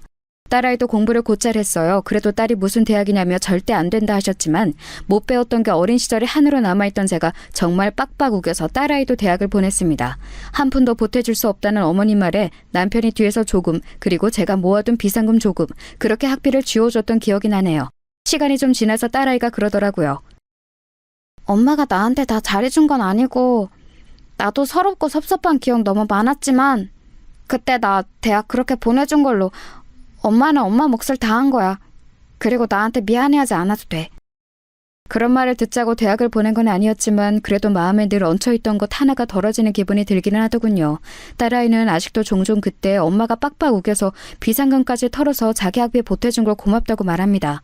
그게 벌써 몇십 년 전 이야기인데 말이죠. 아들과 딸내미 둘 다 좋은 대학을 나와서 좋은 회사에 취직을 했어요. 어머니가 그렇게 싸고 돌던 아들내미보다 딸내미가 더 잘 됐지만 말입니다. 집안에서 기집애가 제일 잘나면 머스마가 기가 죽어서 안 되는디. 끝까지 그런 말씀을 하셨지만 말이에요. 아들은 대기업에 입사해서 선을 받습니다. 그것도 사실 어머님이 다 주선하신 거였어요. 참하다는 손주 며느리감을 소개해 소개를 받아 이루어낸 혼사였죠. 저도 딱히 불만은 없어요. 사람 좋아 보이던데요? 하기 싫으면 하지 않아도 된다는 말에 아들이 그렇게 말하더군요. 그래서 그냥 그러라 했습니다. 손주를 그렇게 결혼시켜놓고 정작 어머님은 그렇게 보고 죽고 싶어 하시던 중손주는 못 보고 돌아가셨지만 말이에요. 며느리는 말이 없는 무뚝뚝한 편의 며느리였어요. 표현을 잘하진 않지만 그래도 챙겨야 할 집안 대소사 같은 것 빠지지 않는 편이었습니다. 물론 좀 이상하다 생각했던 적은 있어요. 시어머니가 있을 때와 저랑 둘만 있을 때 태도가 좀 다르긴 했거든요. 그래도 워낙 어르신이니 그런가 보다 했습니다. 하지만 어머님이 돌아가시고 나니 그랬던 이유를 알겠더군요. 어머님이 저희 아들 주려고 모아놓은 재산이 좀 있었습니다. 그 이야기를 어디서 들었는지 들었던 모양이에요. 할머님 통장 어머님이 가지고 계세요? 남편 준다고 하셨었는데. 어머님의 장례를 치르자마자 하는 소리에 솔직히 기겁하긴 했지만 그래도 돈 앞에선 다들 그러기도 하고 알뜰살뜰 모아서 뭐 지들한테 쓰겠지 싶어서 군말 없이 어머님의 통장을 건넸던 기억이 납니다. 뭐 사실 어머님이 돌아가시기 직전에 그건 저희 아들 몫이라고 몇 번이나 말씀하신 것도 있고요. 딸내미는 섭섭해하지도 않았어요. 지 할머니가 어떤 사람인지 워낙 어린 시절부터 보고 자란 탓이었겠죠. 엄마 보험 수혜자 너로 해둘 거야. 너는 그거 가져. 무슨 그런 소리를 해! 그런 소리 하지도 마! 딸내미는 엄마는 벌써 무슨 그런 죽는 소리를 하는 거냐며 엄청 화를 내더라고요. 아무튼 며느리에 대한 인상이 좋은 건 아니었습니다. 애가 정이 많아 보이지도 않았고요. 하지만 딱히 흠잡을 만한 일을 한 것도 없었고 저는 시어머니에게 너무 박대를 당하며 살아왔기 때문에 하나밖에 없는 며느리에게 싫은 소리 하고 싶지 않았어요. 그래서 되도록 말을 얹지 않고 자기가 하고 싶은 대로 뒀습니다. 그래서 교류가 없는 편이었어요. 명절이나 생일에나 한 번씩 볼 정도로요. 그마저도 얼마 가지 않아 다는 오지 않고 1년에 한 번 정도로 줄어들긴 했지만 말입니다. 애들한테 그다지 바라는 것도 없었고 지들 밥벌이 다 잘하고 결혼해서 부모 속 안 썩이는 것만으로도 효도라고 생각하고 있었기 때문에 불만은 없었습니다. 그리고 시어머니가 돌아가신 이후에는 남편이랑 여기저기 같이 여행도 다니고 하면서 둘이서 잘 지냈거든요. 어머니가 아들 몫이라고 몰래 숨겨뒀던 땅이 좀 있었는데 그게 많이 올랐어요. 그 주변에 싹 다 재개발에 들어갔거든요. 그래서 그 땅을 팔아 건물을 한 채 사서 남편과 그 건물에 세를 받아 생활했습니다. 둘이서 여행 가고 싶은 곳 마음대로 다니고 맛있는 거 먹고 그러기에는 차고 넘치는 돈이었어요. 며느리에게 이 아이가 일반적이진 않구나 하는 감정을 느낀 것도 그 즈음일 겁니다. 시어머니가 물려주신 땅이 또 있고 그 땅이 재개발에 들어갔고 그래서 저희가 그 땅을 팔아서 건물을 샀다는 걸 알게 되었을 때 며느리의 태도였습니다. 아버님, 오늘은 제가 밥 해드릴게요.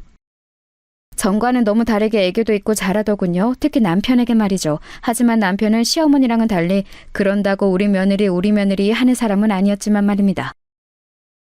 아버님이 좀 무뚝뚝한 편이신 것 같아요. 좋으면서 저러는 거니까 너무 신경 쓰지 말거라. 그래도 혹여나 며느리가 기분이 상할까 제가 중간에서 많이 애쓰긴 했어요. 그렇게 평화롭다면 평화로운 날들이 지속될 줄 알았습니다. 그런데 불행은 그럴 때 갑자기 찾아오는 거더라고요. 암이라고 하는구먼. 너무 늦게 발견해서 수술도 의미가 없냐. 여태 건강검진 한번 제대로 받지 않고 자신만만하게 살아온 벌이었을까요? 제가 닥달하고 닥달해서 한 건강검진에서 남편은 암이라는 진단을 받은 겁니다. 노인들은 진행이 느려서 그래도 몇 년은 살 수 있다고 하더만 그 사이에 우리도 열심히 놀려 다녀야겠어. 아유, 무슨 소리예요. 입원해서 수술하고 치료를 받아야지. 어차피 다 늙은 노인네 얼마 더 살자고 그 병원에서 누워있기만 해서 뭐하나. 그냥 하고 싶은 거 하고 먹고 싶은 거 먹으면서 살 만큼 살다가 가면 되는 거지. 남편은 끝까지 고집을 꺾지 않았습니다. 그래서 결국 제가 졌어요. 남편은 그동안 모든 재산을 제 앞으로 해뒀어요. 그 사실을 알게 된 며느리가 미리 상속을 하면 좋지 않을까요? 하고 넌지시 물었지만 남편은 완강했습니다. 내가 젊어서 네 시어머니한테 못한 게 너무 많다. 내 거 다 주고 나중에 자기 죽을 때 이거 다 마음대로 알아서 하라고 할 거요. 자식들한테 한 푼도 안 준다고 해도 그것은 네 시험의 뜻이고 다 준다고 해도 네 시험의 뜻이고 나는 그렇게 결정했으니까 그 이야기는 다시 하지 말거라. 남편이 노골적으로 불편한 기색을 비췄기 때문에 며느리도 한 발 물러설 수밖에 없었어요. 남편의 뜻에 따라 그냥 하고 싶다는 거, 먹고 싶다는 거 다 하고 다 먹으면서 그렇게 보냈습니다. 자기가 걸을 수 없게 될 때까지 말이죠. 그리고 더 이상 그럴 수 없게 될 만큼 병이 약화되었을 때 병원에 누워서 그러더군요. 당신 병간호 하게 하고 싶지 않아서 항상 당신보다 하루 더 늦게 죽게 해달라고 그렇게 빌었었는데 결국은 당신 또 고생시키다 가는구먼. 나는 평생 당신한테 좋은 남편은 될 수가 없나벼. 어머니 때문에 미웠던 적은 많았어도 당신이랑 결혼한 걸 후회한 적은 없었으니까 안 미안해도 돼요. 그 말에 남편이 울더라고요. 그 말을 한 지 얼마 되지 않아 남편은 세상을 떴습니다. 남편이 세상을 떠난 날 정말 많이 울었어요. 아직도 다 늙어서 이렇게 눈물이 나는구나 싶을 만큼 많이 울었습니다. 하나밖에 없는 남편이자 또 친구가 떠난 느낌이었어요. 늘 옆에 공기처럼 있던 사람이 없어지니까 정말 한 번의 체감이 확 되더라고요. 남편이 없는 빈자리가 말입니다. 그래서 한동안은 우울증 같은 게 왔었어요. 엄마 좀 먹어. 아빠도 엄마 이러는 거 원하지 않으실 거야. 딸이 이틀에 한 번꼴로 집에 와서 저를 챙겼습니다. 그때 딸아이 아니었으면 견뎌내기 힘들었을 거예요. 물론 며느리도 평소보단 훨씬 더 얼굴을 비추긴 했습니다. 어느 정도 시간이 지나고 남편의 빈자리도 또 혼자라는 사실도 적응이 되어갈 무렵 남편이 쓴 일기를 읽게 되었어요. 그 일기에는 저에게 얼마나 미안한 마음을 가지고 있는지에 대한 내용과 자기가 떠나고 나서도 제가 호강했으면 하는 마음이 가득 담겨 있었습니다. 그래서 남편의 뜻에 따라 살기로 했어요. 맛있는 것도 많이 먹고 친구들이랑 여행도 다니고 그러면서 지냈습니다. 그러다 문득 친구들이 그러더군요. 그 많은 재산 다 어쩌고 죽을 거요? 그냥 나 죽으면 알아서들 나눠 갖는 거 아니요? 아우 안 돼. 그러면 싸움 나. 쥐들이 더 가져가겠다고. 미리미리 어느 정도 주겠다 다 정해놔야 된다니까. 아 그러고 죽기 전엔 절대 주면 안 되고. 그냥 미리미리 줄 만큼 다 주고 나 쓸 것만 남겨두면 안 되나? 아우 큰일 날 소리 하네. 그러면 태도가 싹 바뀐다니까. 죽기 전엔 정말 한 푼도 주면 안 돼. 처음에는 뭘 그렇게 유난을 떨어야 하나 싶었지만 며느리의 여태 동안의 그 태도들이 마음에 걸려 있었던지라 그 말이 더 마음에 와닿았습니다. 친구들의 조언대로 변호사를 만나 딱 3등분으로 나눠줄 생각이었어요. 딸내, 아들내, 그리고 나머지는 기부로 하는 걸로 말입니다. 예전부터 좋은 일을 늘 하고 싶었는데 기회가 없었거든요. 뉴스 같은 곳에서 전 재산을 기부했다는 사람들을 보면서 대단하다고 생각했던 적도 많았습니다. 물론 저는 전 재산을 기부하는 건 아니라 아이들에게도 줄 생각이긴 했지만 말입니다. 어머님, 변호사 만나셨어요? 그런데 며느리가 제가 말하지도 않았는데 제가 변호사를 만난 걸 어디서 듣고 와서 묻더라고요. 그걸 어떻게 알았니? 저희 동네에 있는 사무실에 가셨죠? 저희 동네에 제가 아는 사람이 많아서 만났다. 재산 문제로 만나신 거예요? 답지 않게 정말 꼬치꼬치 묻더군요. 며느리가 재산에 대해 관심이 많은 건 알고 있었던지라 그냥 별 문제가 될 것 같지는 않아서 다 대답했습니다. 주변에서 죽기 전에 미리 나눠야 한다고 해서 아직은 그냥 만나보기만 한 거야. 아직 유언장을 쓴 건 아니었거든요. 변호사 말로는 정확하게 재산 파악을 해서 뭐는 누구에게 그런 걸 정확히 써야 한다고 하더라고요. 그래서 시간이 좀 걸린다고요. 어떻게 하실 건데요? 지들이 받을 재산인데 궁금할 것도 같다 생각하며 그냥 이야기했어요. 3등분해서 큰애, 니네, 그리고 나머지는 기부할 거다. 제 그 말에 며느리 눈이 동그래지더군요. 기부를 하신다고요? 아니 그 전에 형님이랑 저희랑 똑같이 주신다고요? 그래, 뭐가 문제냐? 너네는 어머니가 주신 돈도 따로 받아간 게 있지 않니? 그것도 적은 돈이 아닌데. 아니, 아무리 그래도 아들이잖아요. 요즘 세상에 그런 게 어딨어. 그리고 기부는 무슨 말씀이세요? 예전부터 뉴스 같은 거 보면서 전 재산 기부했다는 할매, 할배들 멋지다고 생각했다. 그래서 나도 전 재산은 아니지만 기부하기로 한 거요. 아니, 그 큰 돈을. 큰 돈이니까 더 해야지. 그리고 너네가 가져가는 돈도 큰 돈인데 뭐가 그렇게 아깝니? 아니, 아까운 게 아니라 굳이 그래야 하나 싶은 거죠. 자식들 몫까지 나눠서. 여기에 너희 몫이 정해진 게 어딨어. 그냥 운이 좋아서 땅이 오른 덕에 생긴 돈인데. 며느리가 꽁한 얼굴로 입을 꾹 다물더군요. 상당히 불만이 많은 얼굴이었지만 더 말을 꺼냈다간 이마저도 제가 안 준다고 할까봐 참는 게 느껴졌습니다. 그날 이후로 며느리는 거의 매일을 저희 집에 찾아왔어요. 그리고는 집안일을 하고 제 옆에 딱 붙어서 하루 종일 저를 설득했습니다. 어머님, 다시 한번 생각해보세요. 저희가 다 달라는 거 아니라니까요. 애비도 그렇게 많이 기부하냐고 어머니께 다시 말해보라고 했고. 나는 이미 마음 다 정했다니까 그런다. 유언장 그렇게 쓸 마음은 안 바뀌니까 너도 그만 포기해. 그리고 이렇게 매일 오는 것도 하지 말거라. 그렇게 해도 제 마음이 바뀔 것 같지 않으니 한동안은 그만하는 것 같더라고요. 제가 생전 며느리 흉을 다른 사람에게 본 적이 없는데 요즘 며느리는 너무 노골적으로 돈돈거리는 것 같아서 딸아이에게도 말한 적이 있었습니다. 엄마, 절대 유산상속 미리 해주지 마. 싸가지가 없어. 평소에는 자주 오지도 않으면서. 그래도 애 앞에서는 그런 소리 하지 마라. 안 해요. 나도 괜히 분란 만드는 거 싫어. 그냥 엄마랑 이렇게 뒤에서 욕하고 마는 거지. 딸내미도 지 아빠 닮아서 여기저기 입대는 스타일이 아니라 그런지 그냥 그러고 말긴 했지만 말입니다. 그러던 어느 날이었어요. 꿈에 남편이 나왔습니다. 그렇게 가고 나서 한 번도 꿈에 나온 적이 없었는데 저 멀리서부터 저한테 이리 오라고 손짓을 하더군요. 그래서 남편 가까이 다가가 푸념을 했습니다.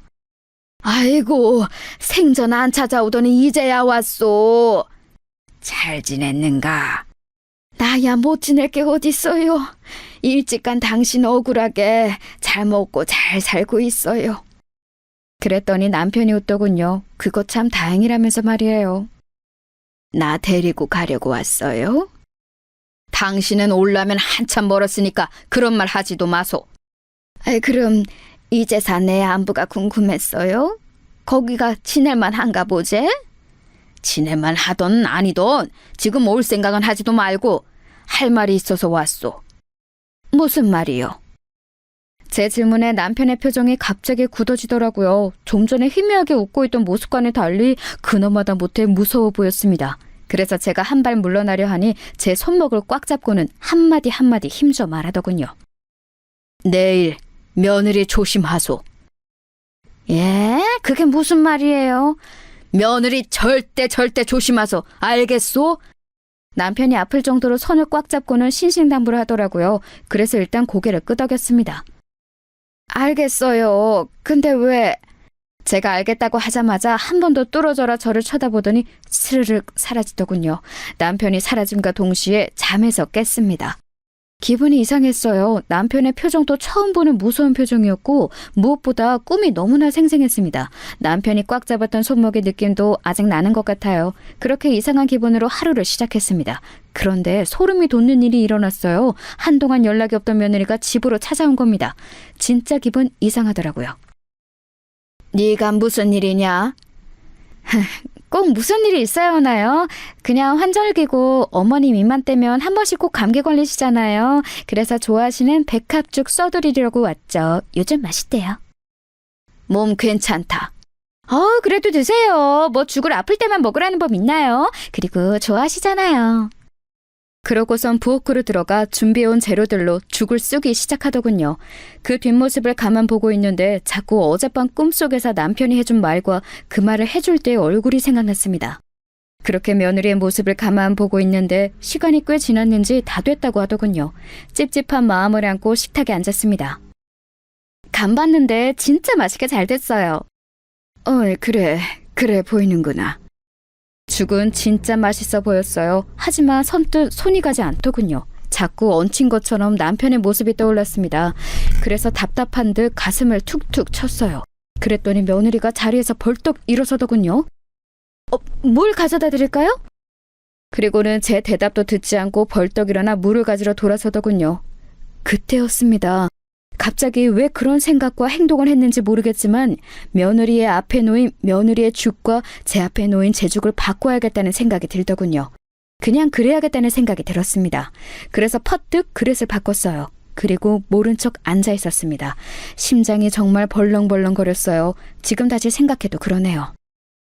어머님, 여기 물이요. 그래, 고맙다.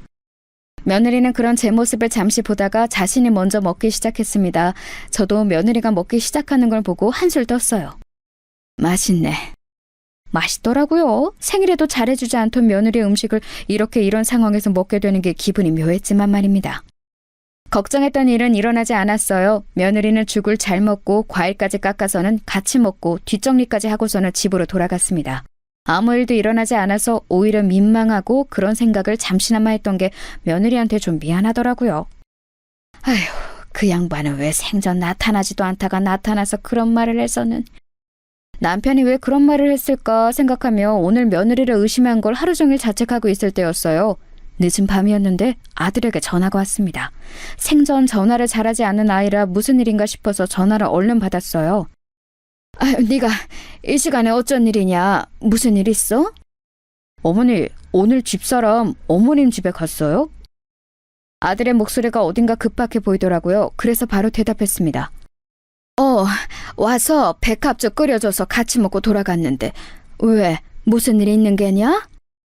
아니, 이 사람이 지금 알러지 증상이 심하게 올라와서 응급실에 왔는데 뭘 먹었는지 말을 안 하잖아요. 그 자리에서 휴대폰을 떨어뜨릴 뻔했어요.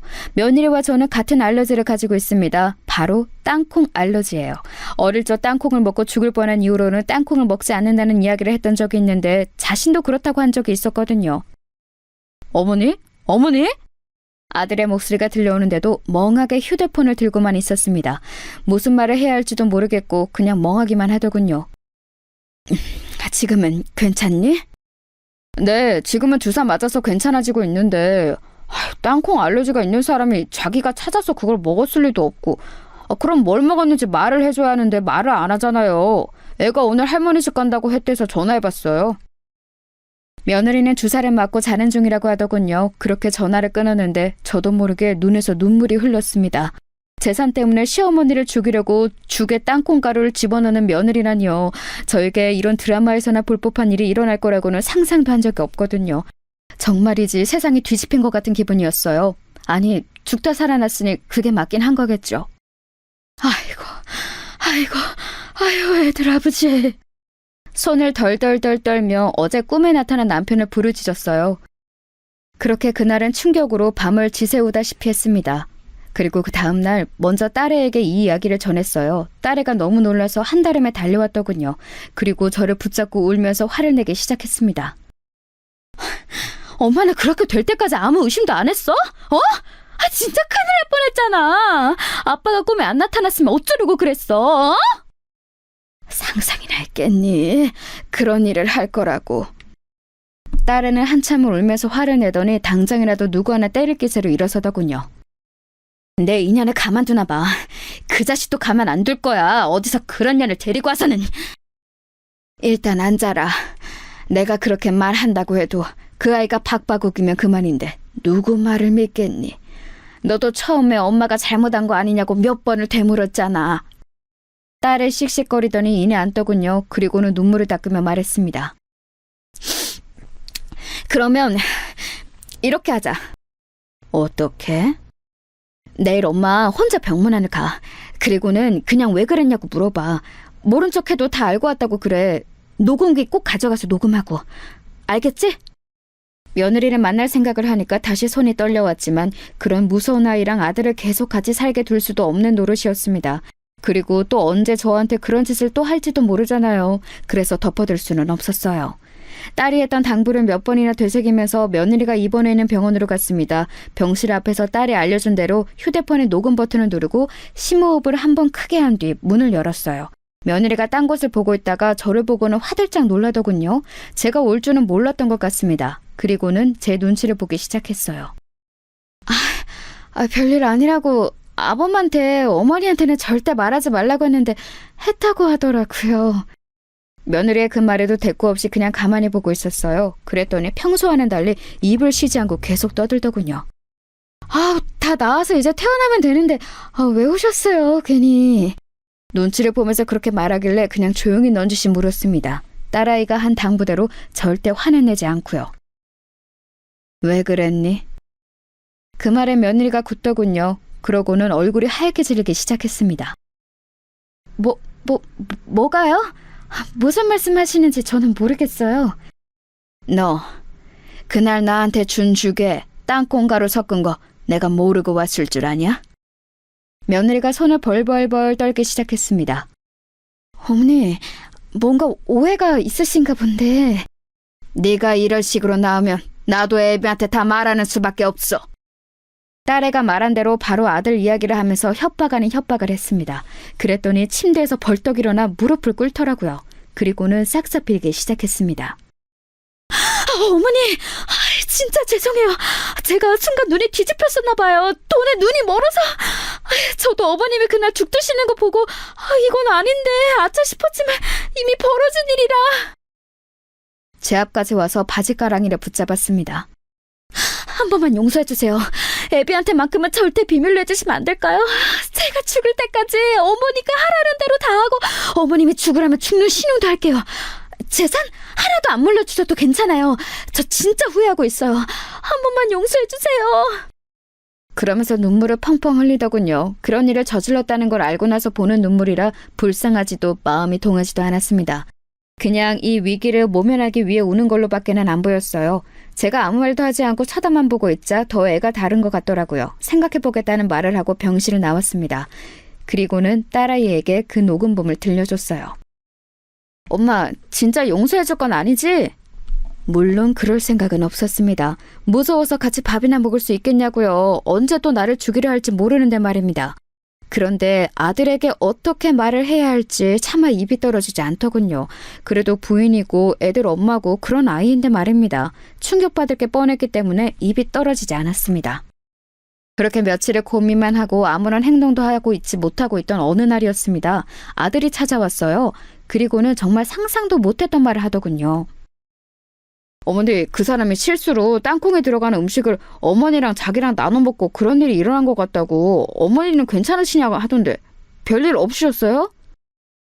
먼저 선수를 친 겁니다. 제가 며칠째 조용하니 불안했던 건지 아니면 다 말할까봐 겁이 났던 건지 아들에게 거짓말로 그렇게 이야기를 한 것 같더라고요. 정말 기가 막혔습니다. 걔가 그러디? 네, 실수로 땅콩에 들어간 음식을 어머니랑 나눠 먹은 것 같다는데 어머니는 괜찮으세요? 알러지 심하시잖아요.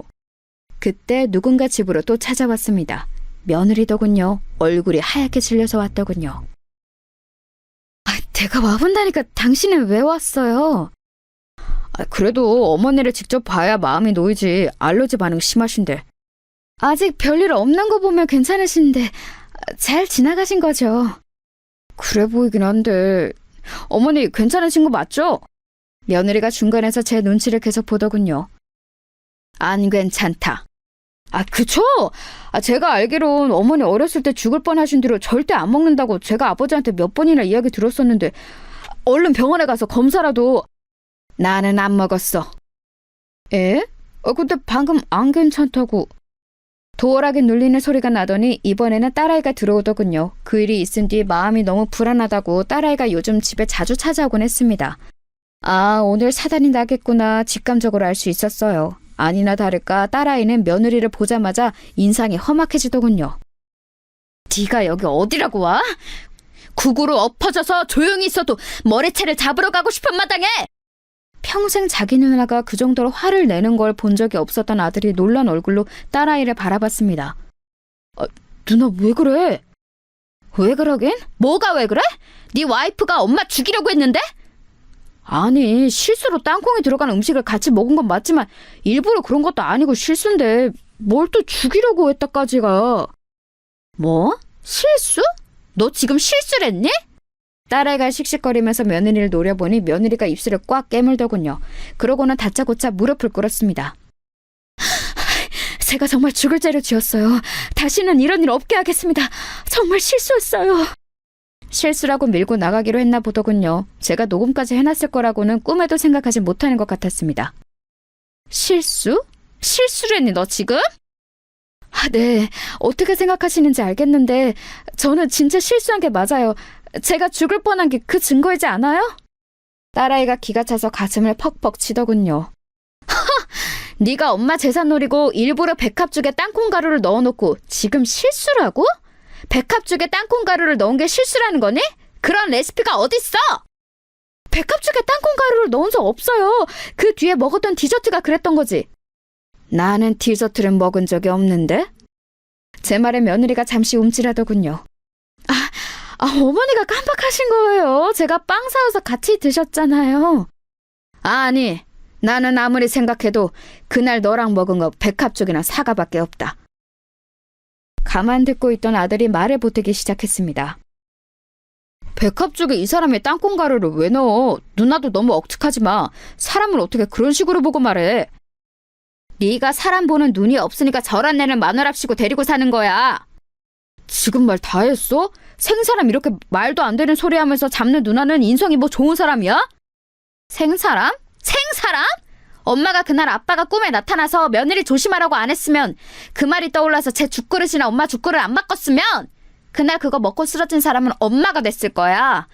엄마는 집에 혼자 있으니까 아무도 발견해주는 사람 없이 그냥 돌아가셨겠지. 근데 뭐? 억측? 생사람? 그거 다 그냥 추측이잖아. 그리고 이 사람도 크게 아팠으니까 기억이 뭔가 잘못됐을 수도 있는 거고. 정말 너무들 하시네요. 며느리가 울기 시작하더군요. 그 모습을 보니 더 이상은 참아줄 수가 없었습니다. 그래서 방으로 들어가 휴대폰을 들고 나왔어요. 그리고는 그날 했던 대화의 녹음을 틀었습니다. 그 안에는 며느리가 제게 싹싹 빌면서 아들에게만은 비밀로 해달라는 음성이 다 녹음되어 있었어요. 그걸 듣는 며느리 얼굴이 하얗게 질려갔고 아들 또한 마찬가지였습니다. 당신 이거 뭐야? 진짜야?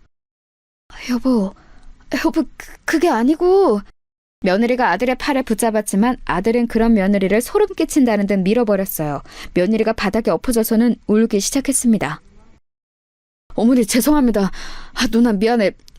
일단 나도 생각할 시간이 좀 필요해서. 그리고는 정말 충격받았는지 비틀거리며 집 밖을 나서더군요. 그 뒤를 며느리가 따랐습니다. 한바탕 난리가 나고 난 뒤 딸아이는 차라리 잘 됐다며 시원하다 했지만 아들의 그 충격받은 얼굴이 머릿속을 떠나지 않더군요. 정말 많이 놀란 것 같았거든요. 그 다음 날도 며느리는 집 앞을 찾아와서 울며 불며 빌었습니다. 한 번만 용서해달라고 말이죠. 딸아이가 그 모습을 보고 아들에게 전화를 한 뒤 며느리는 한동안 나타나지 않았어요. 그리고 얼마 뒤 아들을 통해 소식을 들을 수 있었습니다. 이혼하기로 했어요. 양육권은 제가 전부 갖고 그냥 원룸 보증금 정도만 주기로 하고요. 마음 같아서는 경찰에 바로 신고를 하고 싶고 그래야 하는 게 맞는 거지만 애들 엄마잖아요. 애들 생각해서라도 한 번만 용서해 주세요. 정말 죄송합니다, 어머니. 딸아이는 그럴 수 없다고 난리를 쳤지만 손주들이 엄마가 살인미수범이라는 사실을 알게 되고 또 그게 세상 밖으로 퍼지게 되었을 때 받을 충격이 걱정되는 건 저도 마찬가지였습니다. 그래서 아들의 뜻에 따르기로 했어요. 그 이후로 몇 년 동안 며느리를 볼 수 없었습니다. 소식도 들리지 않았어요. 뭐 죽은 듯이 사느라 그런 거겠지 했습니다. 하지만 알고 봤더니 이름도 바꾸고 성형수술로 얼굴도 다 바꿔서 다른 남자와 결혼했다더군요. 그것도 처녀라고 속이고 말이죠. 그러나 곧 그 집에서도 돈돈거리다가 쫓겨났다고 들었습니다. 그 아이는 언젠가 사고를 한번 크게 칠 것 같은 느낌이 아직도 듭니다. 그래서 가끔 그때 제대로 처벌을 받게 했었어야 했나 싶은 생각도 들었어요. 어디선가 저 같은 피해자가 또 생길지도 모르고 그때는 미수가 아니라 진짜로 실행될 수도 있는 일이었으니까요. 다시 한번 며느리의 소식을 들은 건 아들의 재혼식장에서였어요. 아니, 소식을 들었다기보다 제 눈으로 봤죠. 그 아이를 말입니다. 식장에 찾아왔더군요. 얼굴이 바뀌어 있었지만 저는 한눈에 알아볼 수 있었습니다. 그 사람이 가진 분위기라는 건 쉽게 바뀌지 않더라고요. 저와 눈이 마주치자 잠시 놀라는 것 같더니 다가오더군요. 놀라 도망갈 줄 알았는데 의외였습니다. 잘 지내셨어요? 못 지낼 건 또 뭐니? 그래 보이시네요. 새 며느리 봐서 좋으시겠어요. 그래, 너와 달리 참하고 좋은 아이라서 좋다. 애들이 새엄마 밑에서 자라는 게 좋은 건 아닌데요. 너 같은 엄마 밑에서 자라는 것보단 낫지 않겠니? 제가 저조차고 그런 거였겠어요? 그게 다 당신 아들이랑 손주 더 좋은 환경에서 살게 하려고 그런 거잖아. 그때 곱게 죽었으면 내가 이렇게 될 일도 없었잖아. 아니, 그 전에 재산을 제대로 줬으면 이런 일이 없었을 거 아니야! 말도 안 되는 소리로 아글아글 쓰더라고요. 기가 빠져서 멍하게 쳐다보고 있는데 그 모습을 보고 아들이 다가와 며느리를 끌고 나갔습니다.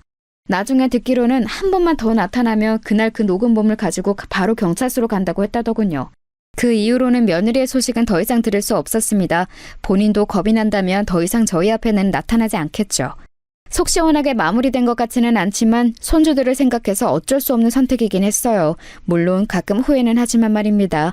아직도 그때 한 선택이 잘한 건가 하는 고민은 되지만 말이에요. 긴 이야기 들어주셔서 감사합니다. 아, 지금 며느리는 저에게도 아들에게도 또 손주들에게도 더없이 잘해요.